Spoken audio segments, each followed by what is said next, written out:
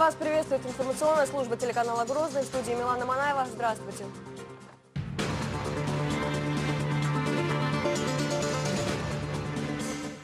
Благополучие регионов – задача государственная.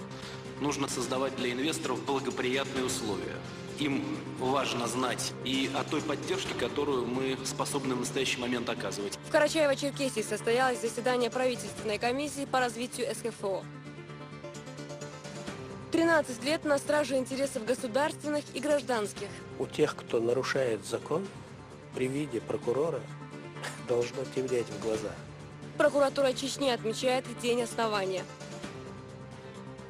Школьные перемены к лучшему. Работа учителя облегчилась и стала интереснее. Что включает в себя заветная модернизация? Беспрерывные тренировки во имя победы.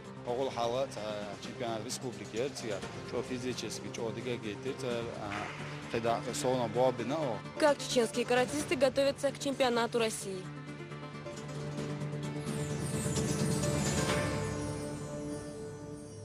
Заседание правительственной комиссии по вопросам социально-экономического развития Северного Кавказа во главе с премьер-министром России Дмитрием Медведевым прошло в Карачаево-Черкесии. В заседании принял участие и глава Чеченской Республики Рамзан Кадыров. Здесь обсудили перспективы развития сельского хозяйства в СКФО и результаты работы ОАО «Корпорация развития Северного Кавказа» за 2012 год. Кроме того, подведены итоги работы комиссии за 2 года и рассмотрен план мероприятий на 2013-2014 годы по реализации стратегии социально-экономического развития СКФО до 2025 года. Подробности у Ясмины Гацаевой. Основная тема встречи – развитие сельского хозяйства в Северо-Кавказском федеральном округе. Также обсудили результаты работы Корпорации развития Северного Кавказа за 2012 год. Кроме того, подведены итоги работы комиссии за 2 года и рассмотрен план мероприятий на 2013-2014 годы по реализации стратегии социально-экономического развития СКФО до 2025 года. По словам Дмитрия Медведева, самый эффективный способ развития агрокомплекса – это частные вложения. Одними государственными вложениями ситуацию в экономике округа, в экономике территории не поднять. Нужно создавать для инвесторов благоприятные условия. Им важно знать и о развитии самого Северного Кавказа, о новых возможностях для ведения бизнеса, конечно, об уникальных природных, географических особенностях региона и о той поддержке, которую мы способны в настоящий момент оказывать. Я имею в виду и федеральные власти, и региональные структуры, то, что мы можем делать для инвесторов. Рассчитываю, что конкретные предложения на сей счет также сегодня прозвучат. Рамзан Кадыров в числе других глав регионов принял участие в совещании. Он затронул тему разминирования сельхозугодий. По словам главы региона, вопрос сильно затянулся. Если процесс и дальше пойдет такими темпами, то понадобится полвека, чтобы очистить земли от взрывоопасных предметов, подчеркнул Кадыров. Медведев поручил полпреду Хлопонину в течение 2 недель подготовить предложение и провести совещание по разминированию чеченских земель. Тема эта действительно тяжелая, и надо ее закрывать. Я хочу, чтобы у меня встреча на эту тему прошла. Александр Геннадьевич, вы подготовьтесь, значит, соответственно, с руководством республики, с Минфином, и надо деньги выделить. Разумные деньги, но нужно это делать, потому что мы не можем продвигать мирную жизнь, нормальную, тем более развитие сельского хозяйства, если там будет эта проблема. Значит, подготовьте там, за пару недель предложение, соберемся. Я лично соберу. Не раз проблему разминирования чеченских земель поднимали на уровне федерального центра. Еще в 2010 году во время визита Медведева в Грозный глава региона озвучил данную проблему. Тогда еще были даны соответствующие поручения Минобороны. Сколько там мы сами нашли даже авиационные там снаряды, столько мин-снарядов нашли, мы сами люди, гражданские, которые были задействованы, а задействованы были более полумиллиона. Таких вопросов. Если до сих пор мы не можем разминировать вот именно город Грозный, не говорим мы даже о других направлениях. И это очень серьезный вопрос, очень серьезно, потому что это убивает человека. Надо обязательно эту тему завершить, потому что я и в Грозном говорил, и еще раз хотел бы подчеркнуть, все, что осталось вот такого вот сложного от предыдущего периода, необходимо закрыть. И я еще раз скажу, Министерство обороны, другим ведомствам, которые этим занимаются, там у нас МЧС к этому подключен или нет? Да, по-моему, должно быть. Да. Да, ну вот и тому, и другому ведомству скажу, что нужно эту тему закрывать, тем более, что мы активно занимаемся разминированием в других местах, но уж свои территории, свои субъекты федерации мы обязаны привести в порядок, это очевидно абсолютно. По расчетам военного ведомства, на полное очищение земель от мин необходимо более 3 миллиардов рублей, а заминированными остаются более 4000 гектаров. Помимо потенциальной угрозы жизни и здоровью населения, минные поля держат в плену и плодородные земли. В Минсельхозе республики уверены, освобождение позволит создать и рабочие места, и заполнить рынок местными продуктами. При разминировании данного сельхозугодия, значит, сельхозпроизводители нашей республики получат более 10 тысяч, значит, зерна или в том или ином виде. То есть жители нашей республики будут обеспечены, значит, яровыми или озимыми. Как отмечает председатель правительства, есть несколько приоритетов развития сельского хозяйства на Кавказе. В первую очередь это животноводство. К примеру, в Чеченской республике доля животноводства в структуре валовой продукции составит не менее 80%, что намного больше, чем в соседних регионах. Также планируется увеличить удельный вес мяса и молока в Чеченской республике до 45%. С учетом благоприятных климатических условий в округе может и должно получить развитие такое направление, как аквакультура, прудовое и сельскохозяйственное рыбоводство. Производство высококачественного зерна гарантируется в Ставропольском крае, в степных районах Дагестана и Чеченской республики. Ясмина Гацаева, Муслим Хасиев, Ибрагим Налаев. Новости.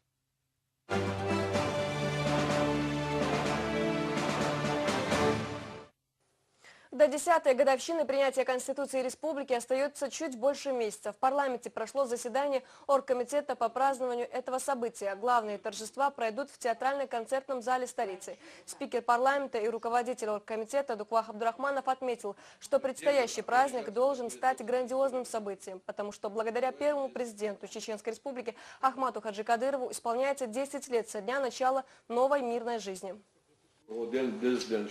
Radiyat aldığı şu ala şu huquqlarga telefontuqa xabarlar, oğuş qaytargılar, daqa işləyətə etsinlər. Şu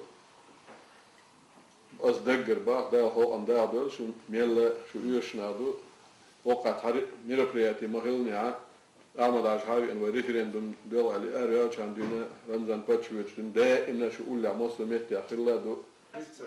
Сегодня вся Россия празднует День науки. С этой датой спикер парламента Дуквах Абдурахманов поздравил сотрудников Академии наук Чеченской Республики. Он подчеркнул, что наука является стержнем государства и общества. Всего в России только 4 национальные академии, и одна из них в нашей республике. С помощью главы региона Рамзана Кадырова построено и новое здание для учреждения. Председатель парламента пожелал дальнейших успехов в развитии науки и воспитании молодых ученых. Самая молодая прокуратура в России отмечает день основания. 13 лет исполнилось чеченским надзорным органам. За сравнительно небольшой период существования за плечами госзащитников колоссальная работа. На торжественном заседании отличившихся сотрудников прокуратуры отметили благодарственными письмами и грамотами. Продолжит Зура Саламова. 13 лет – это относительно небольшой период времени для государственных органов, но для прокуратуры республики это целая эпоха. Почетные грамоты и благодарственные письма были вручены самым лучшим сотрудникам, ветеранам надзорного органа. Служу Отечеству. Вахид Абубакаров – человек открытый и скромный. Он проработал в органах надзора без малого 30 лет. Бывший прокурор республики, ныне председатель Совета ветеранов прокуратуры и по сей день выполняет трудные должностные обязанности наряду с молодыми коллегами. На годы его руководства пришлись нелегкие времена, однако Вахид Абубакаров достойно справился со своей миссией. Я считаю, что сегодняшнее время более достойное для и прокуроров, и судей, и руководства республики. У тех, кто нарушает закон, при виде прокурора должно темнеть в глазах.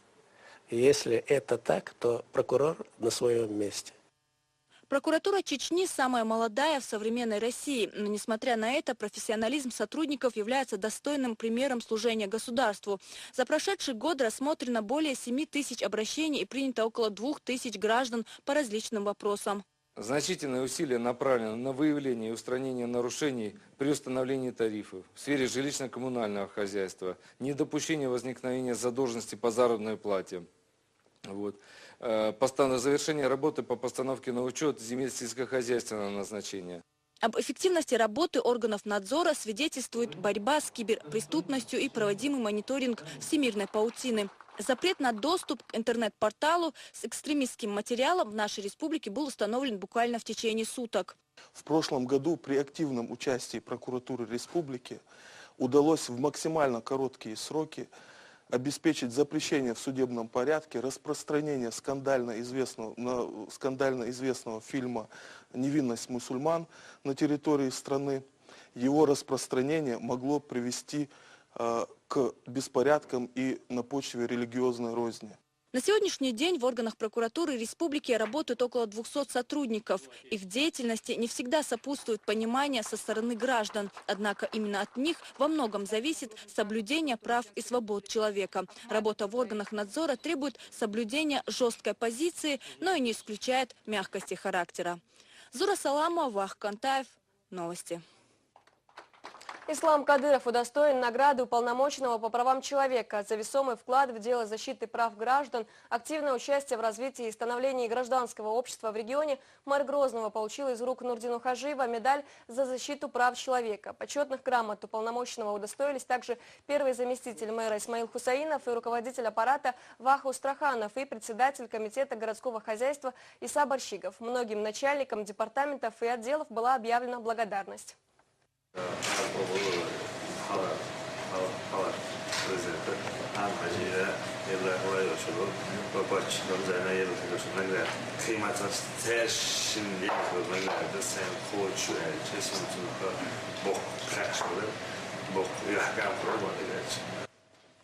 После торжественной части руководство муниципалитета и правозащитник подписали соглашение о долгосрочном сотрудничестве. Теперь в мэрии будет работать представитель аппарата уполномоченного по правам человека. Его обязанностью станет обеспечение соблюдения конституционных правовых норм в рамках деятельности мэрии. Старопромысловский район возглавил Аслан Сайдалиев. Ранее он занимал должность заместителя председателя комитета имущественных и земельных отношений мэрии столицы. Ислам Кадыров представил его аппарату префектуры. Он высоко оценил профессионализм Аслана Сайдалиева, отметив, что за все годы работы он проявил себя как трудолюбивый и профессиональный человек.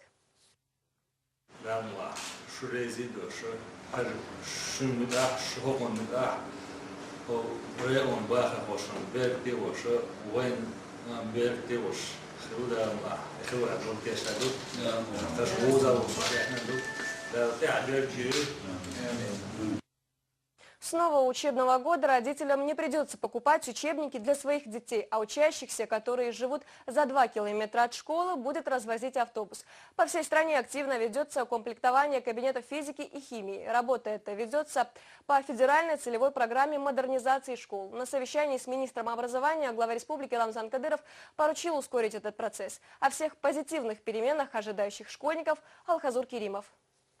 Федеральная программа модернизации образования реализуется второй год. Регионы уже подводят промежуточные итоги. Одно из направлений программы – обеспечение школ новейшим оборудованием и вспомогательной техникой. В прошлом году наш регион получил 6000 компьютеров. Демонстрация на интерактивной доске вот этих разных геометрических моделей детям становится интереснее. Но, конечно, работа учителя облегчилась и стала интереснее, потому что учитель может проводить разные тесты, тестовый материал давать на весь класс, не писать на доске, и дети потихоньку учатся пользоваться компьютерами. Я считаю, что это очень большой шаг для будущего этих детей. По словам министра образования и науки Чеченской Республики Анзора Музаева, практически решена проблема нехватки медицинских кабинетов в школах.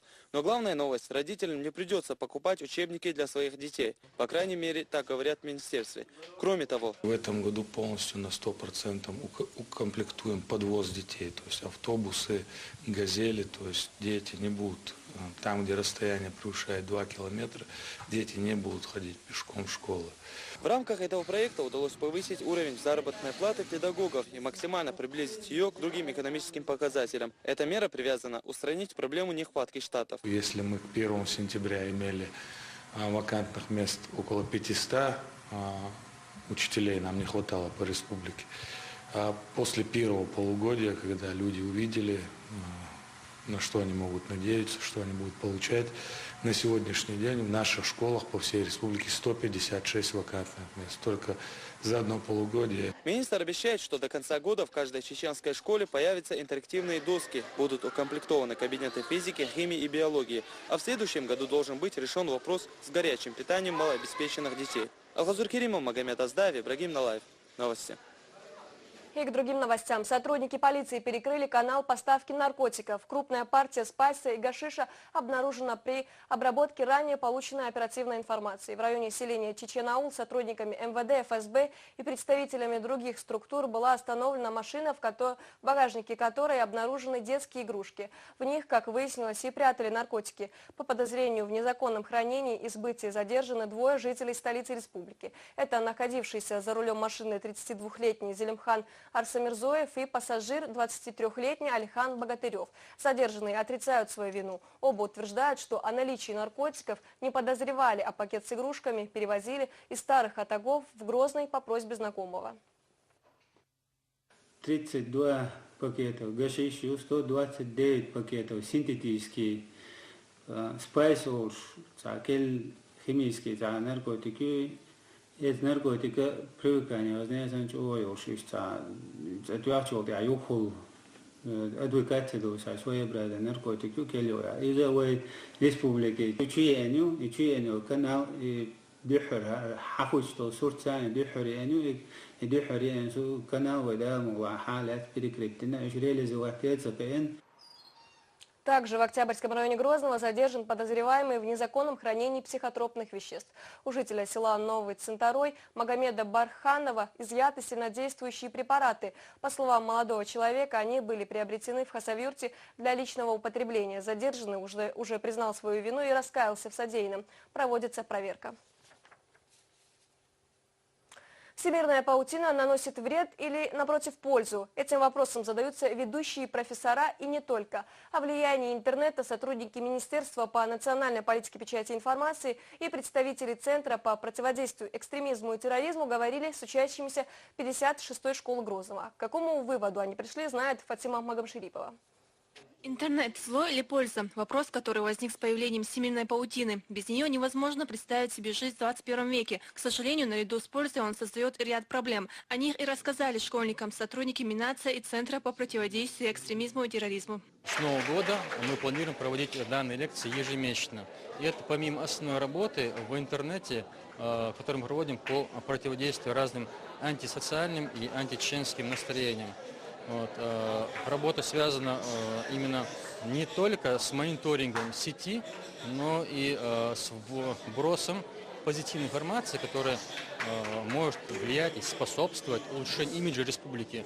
Гости предостерегают школьников от злоупотребления интернетом. Оскорбительные комментарии, фото, видеоматериалы, не соответствующие нашему менталитету и религиозным убеждениям. Не зря всемирную паутину называют огромной мусорной корзиной. Здесь можно найти не только уроки самообороны, но и технологию производства самодельных взрывных устройств. Наши дети, они в основном получают очень узкую информацию. Понятие об интернете у них только складывается об определенных сайтах. Это Одноклассники, которые мы все знаем. Мы им стараемся объяснять, что интернет – это очень огромное море знаний, в которых они могут почерпнуть знания. Ну и, конечно же, стараемся их оберегать, рассказывать о пагубном влиянии интернета. После лекции беседа продолжилась в формате вопрос-ответ. Что спросить у ребят нашлось. Ведь давно известно, незнание закона не освобождает от ответственности. Находясь в виртуальном мире, никто не застрахован от нарушений реальных законов. Слушал, сделал много выводов для себя. Узнал, как создавался интернет, для каких целей. То есть сделал вывод, что в социальных сетях тоже нельзя писать много лишнего. Вообще контролировать то, что ты пишешь. Миссия сотрудников Минпечати и Центра по противодействию экстремизму и терроризму 56-й школе подходит к концу. Беседа продолжится уже в других образовательных учреждениях города. Но основная мысль остается прежней. Интернет – польза для тех, кто умеет использовать его во благо, и вред для тех, кто не умеет этого делать. Фатима Магомшерипова, Муслим Пицаев и Дауд Куруев. Новости.